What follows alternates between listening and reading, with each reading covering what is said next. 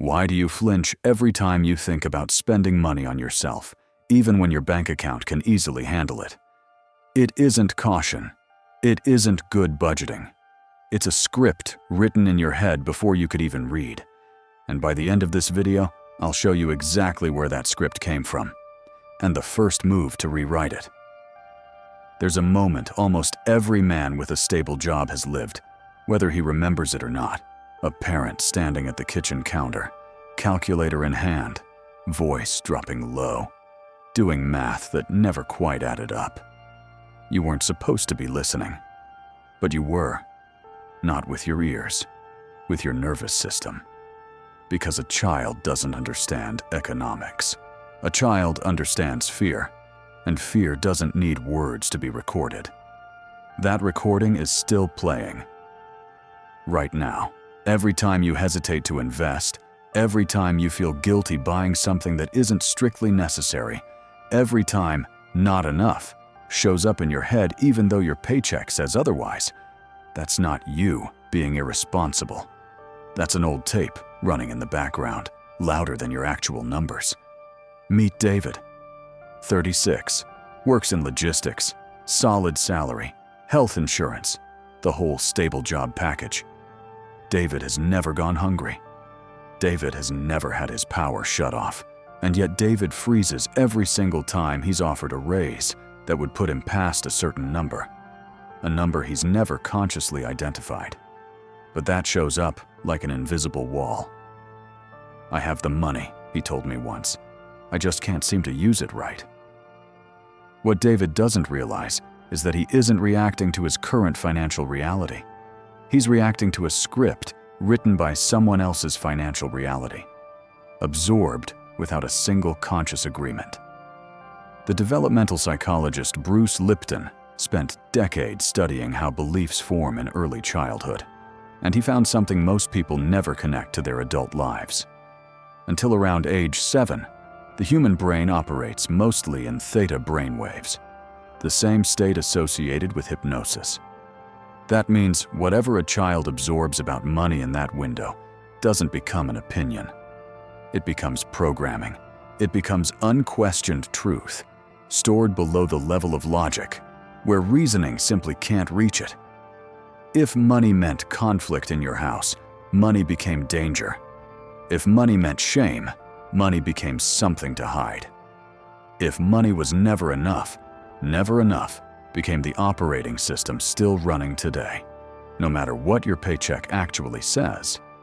And here's the loop nobody tells you about. You can double your income, and the feeling of scarcity won't move an inch, because it was never about the number in your account. It was always about the story you learned to tell yourself before you even understood what a bank account was. There's a name for this. I call it the invisible debt, the emotional inheritance you carry without ever signing for it, without ever choosing it, quietly collecting interest in every financial decision you make today. The invisible debt has 3 layers, and they work together. The first is the inherited ceiling. If your parents never crossed a certain standard of living, part of you, without realizing it, resists crossing that same line. Not because you're incapable, because surpassing your parents' ceiling registers at the most primitive level of the brain as betrayal, as disconnection from the tribe. David, without knowing it, freezes exactly at the number his father never reached. The second layer is the emotional money script. Every family runs on a default emotion attached to money: fear, shame, guilt, conflict, scarcity, or performed indifference. You didn't choose that emotion. You absorbed it, the same way you absorbed your accent. And until you consciously identify your family's emotional money script, you'll keep replaying the same scene, just with a bigger paycheck and the same size of pain. The third layer is the most treacherous: invisible loyalty.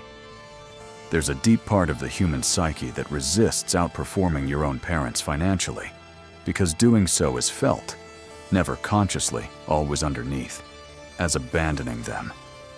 As saying, I am different from you, which sounds dangerously close to I no longer belong to you. And no part of a person, not even the most rational part, wants to feel alone.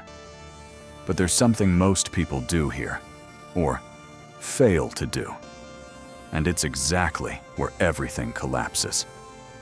Before we continue, I need to show you something I built after understanding exactly what we're talking about here. It's called the Free Your Mind Kit. 3 tools that work together.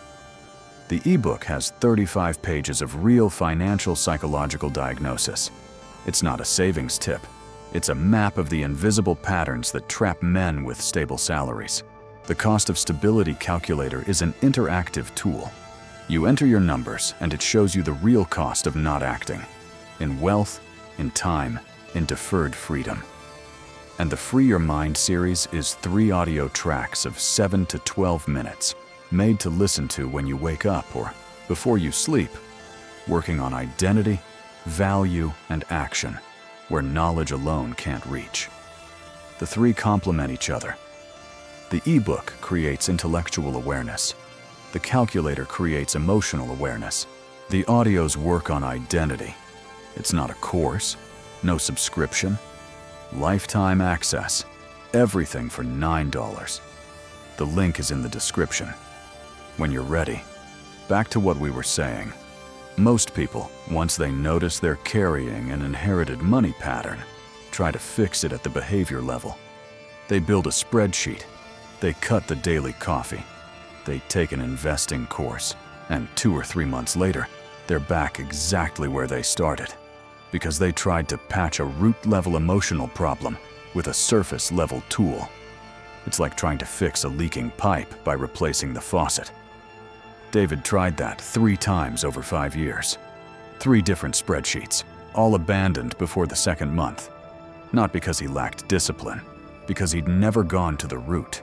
He'd never noticed that every time his savings crept close to the ceiling his father had reached, something inside him quietly pulled the emergency brake. The moment everything shifted for David wasn't a money tip. It was a question. Whose fear is this exactly, when you think about earning more? And when he actually sat with that question, instead of brushing past it, he realized the fear wore his father's face. Calculator in hand, at that same kitchen counter, 30 years ago. Naming it didn't fix everything overnight. But it changed the fight, because from that point on, David stopped battling an invisible enemy and started confronting a pattern he could actually name. And a named pattern is a pattern that can be dismantled. That costs something. It costs admitting that part of your relationship with money was never really yours to begin with. It costs nights where you'll catch yourself mid-financial decision, repeating the exact sentence you heard as a kid, except now it's coming out of your own mouth, aimed at yourself. It costs accepting that playing it safe is sometimes just fear wearing a nicer name. But the cost of not doing this work is bigger. It's waking up at 50 with 4 times the salary you had at 25 and the exact same tightness in your chest. It's still paying interest on a debt that was never yours, using the most valuable currency you have, your time. There's a difference between inheriting a belief and choosing one. The first happens without your permission. The second requires you, for the first time, to sit with that old voice in your head and ask it directly.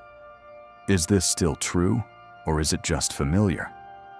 David isn't rich overnight, but he stopped sabotaging his own raises. He stopped disappearing when it was time to invest. And most importantly, he stopped feeling ashamed for wanting more than his parents had. Because he finally understood that wanting more isn't betrayal. It's continuation. It's what every generation is supposed to do for the next one. If what you heard here made sense, the Free Your Mind Kit goes deeper. It exists specifically to help you separate what's actually yours from what you simply inherited without noticing. The link is in the description. The most expensive debt you're paying isn't on your bank statement. It's in the story you never chose to tell about yourself.